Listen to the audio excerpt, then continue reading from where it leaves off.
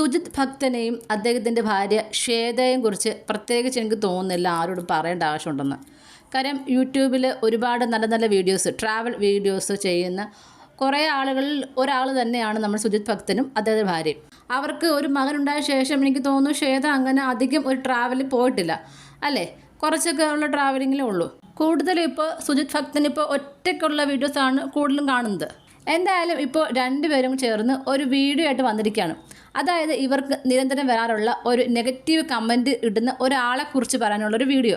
അയാൾ കമൻറ്റ്സ് മാത്രമല്ല ഇടുന്നത്, ഇവരെ ടാർഗറ്റ് ചെയ്തുകൊണ്ട്, പ്രത്യേകിച്ച് ശ്വേതയെ ടാർഗറ്റ് ചെയ്തുകൊണ്ട് പല തരത്തിൽ മെയിൽസ് ക്രിയേറ്റ് ചെയ്ത്, മെയിൽ ഐഡിയാസ് ക്രിയേറ്റ് ചെയ്ത് ഇവർക്ക് മെയിൽ അയക്കുന്നു. ഇവർക്ക് മാത്രമല്ല, ഇവരുമായിട്ട് ബന്ധപ്പെട്ട് ഉള്ള പല ആളുകൾക്കും അത് അതേ സെയിം മെയിൽസ് തന്നെ ഷെയറും ചെയ്യുന്നുണ്ട്.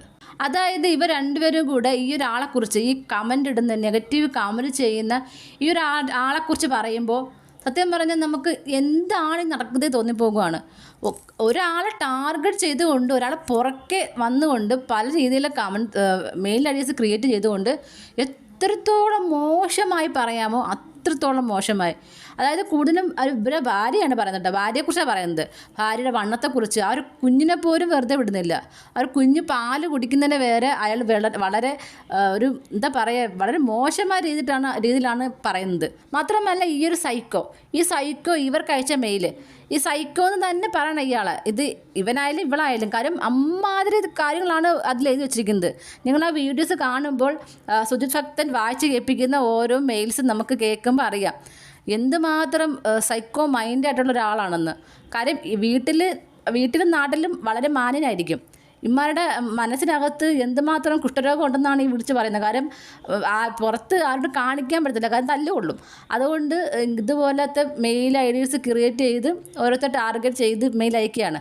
മാത്രമല്ല ഇവരുടെ മെയിൽസ് വായിക്കുമ്പോഴും ഇവരെ ടാർഗറ്റ് ചെയ്യുന്ന രീതി കണ്ടിട്ടും എനിക്ക് തോന്നുന്നു ഇവരെ അടുത്തറിയാവുന്ന ഏതോ ഒരു വ്യക്തി തന്നെയാണെന്നാണ് എനിക്ക് തോന്നുന്നത്.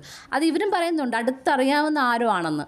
അതുപോലെ തന്നെ സുജിത് ഭക്തനും ശ്വേതയ്ക്കും എനിക്ക് തോന്നുന്നു നിയമത്തിലുള്ള വിശ്വാസം പോലും പോയ ഒരു അവസ്ഥയിരിക്കുകയാണ്. കാര്യം ഈ ഒരു കമൻറ്റ് ചെയ്യുന്ന അല്ലെങ്കിൽ ഈ ഒരു മെയിൽ ചെയ്യുന്ന ആളെ ഇതുവരെ പിടിക്കാൻ കഴിഞ്ഞിട്ടില്ല. കാര്യം ഇയാൾ ഫേക്ക് ഐഡിയിൽ നിന്നാണ് ഇത്തരത്തിൽ മെയിലുകൾ അയക്കുന്നത്.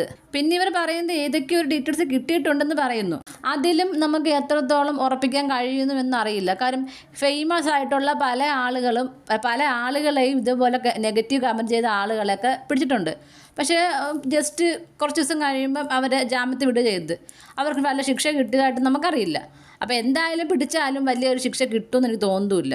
അപ്പോൾ എന്തായാലും ഭർത്താവ് എന്ന നിലയ്ക്ക് അദ്ദേഹം പറഞ്ഞ പോലെ തന്നെ കൈ കെട്ടി അപ്പോൾ തന്നെ അടിച്ചവൻ്റെ കർണം പൊളിക്കണം, അതാണ് വേണ്ടത്.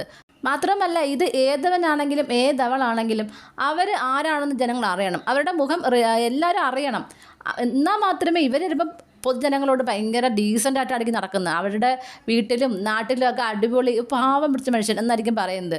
ഈ വീടിനകത്തിരുന്ന് കാണിക്കുന്ന തോന്നിവാസം ഇതാണെന്ന് നാട്ടിലുള്ളവർ അറിയണമല്ലോ. അതുകൊണ്ട് തന്നെ ഇതാരാണെങ്കിലും ജനങ്ങളെ കാണുക തന്നെ വേണം. മാത്രമല്ല ഈ വ്യക്തി ഇവർക്ക് അടുത്തറിയാവുന്ന ഒരാളാണെന്ന് എനിക്ക് തോന്നുന്ന ഒരു കാര്യം പറയുന്നത്, ഇവരുടെ വീഡിയോസ് തുടങ്ങിയ കാലം മുതലൊക്കെ തന്നെ ഈ ഒരാൾ ഇവരെ ഫോളോ ചെയ്ത് ഇത്തരത്തിലുള്ള മെയിൽസ് അയക്കുന്നുണ്ട്. ആ ഒരു കുഞ്ഞിന് പ്രഗ്നൻ്റ് ആയിരിക്കുന്ന സമയത്തും കുഞ്ഞുണ്ടായ സമയത്തും ഒക്കെ വളരെ മോശമായ രീതിയിൽ മെയിൽസും കമൻസും ഒക്കെ ഇവരുടെ ഇടാറുണ്ടെന്ന് പറയുന്നു. മാത്രമല്ല ഇവർ ആരുമായിട്ടൊക്കെ ചേർന്ന് വീഡിയോ ചെയ്താലും അവർക്കൊക്കെ ചേർന്ന് ഒരു CC വെച്ച് മെയിൽ ചെയ്യുന്നൊരു പരിപാടി, അതെന്താണെന്ന് അറിയത്തില്ല. അപ്പം അത്രയ്ക്കും ഇവരറിയാവുന്ന അല്ലെങ്കിൽ ഇവരോട് അത്രയ്ക്ക് ദേഷ്യമുള്ള ഒരാൾ, അപ്പം എന്തായാലും ഇവരെ അടുത്തറിയാവുന്ന ഒരാൾക്കായിരിക്കുമല്ലോ ഇത്രത്തോളം ഒരു ദേഷ്യം ഉണ്ടാകുന്നത്. അതല്ലാതെ ഇവരെക്കുറിച്ച് ഒന്നും അറിയാതെ ദൂരെ ഇരുന്നു കൊണ്ട് ഇവരുടെ ഈ പ്രോഗ്രാംസ് കണ്ട് അല്ലെങ്കിൽ ഈ വീഡിയോസ് കണ്ട് ഇത്രത്തോളം ഒരു ദേഷ്യം ഇവരോട് ഉണ്ടാകുമോ എനിക്കറിയില്ല. ചിലപ്പോൾ ഉണ്ടായിരിക്കും, ചില സൈക്കോ മൈൻഡായിട്ടുള്ള ആൾക്കാർ. കാര്യം ഇവരിങ്ങനെ സന്തോഷമായിട്ട് ജീവിക്കുന്ന കാണുമ്പോൾ ഒരു സൈക്കോ തോന്നുന്ന ചില ആളുകൾ കാണുമല്ലോ, അങ്ങനെ സുഖമായിട്ട് നീയൊക്കെ ജീവിക്കണ്ട എന്ന് തോന്നുന്ന കുറച്ച് ആൾക്കാർ. അതുപോലത്തെ ആരെങ്കിലുമൊക്കെ ആയിരിക്കും, അതും പറയാൻ കഴിയില്ല. പക്ഷേ എന്തായാലും ഇവരുടെ ഒരു കമൻറ്റ്സ്, ആ ഒരു മെയിൽസൊക്കെ വായിച്ച് കേട്ടപ്പോൾ എനിക്ക് തോന്നിയത് ഇവർ അടുത്തറിയാവുന്ന ഒരു വ്യക്തി തന്നെ ആയിരിക്കുമെന്നാണ്.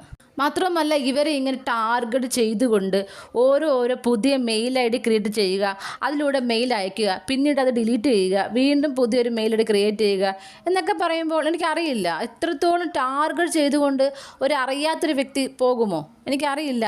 എന്തായാലും ആ ഒരു കുഞ്ഞിനെ പോലും വെറുതെ വിടാതെ സെക്ഷൽ ഹരാസ്മെൻറ്റ് ചെയ്യുന്ന രീതിയിൽ മെയിൽ അയക്കുന്ന ഏതവനായാലും, എവിടെ കയറി ഒളിച്ചിരിക്കുന്ന ഏത് അലവലാതെയാണെങ്കിലും എത്രയും പെട്ടെന്ന് കണ്ടുപിടിച്ച് ജനങ്ങളുടെ മുന്നിൽ കൊണ്ടുവരിക മാത്രമല്ല, പൊതുജനങ്ങളുടെ മുന്നിലിട്ട് അവൻ്റെ മുഖം അടിച്ച് പൊളിക്കുകയും വേണം.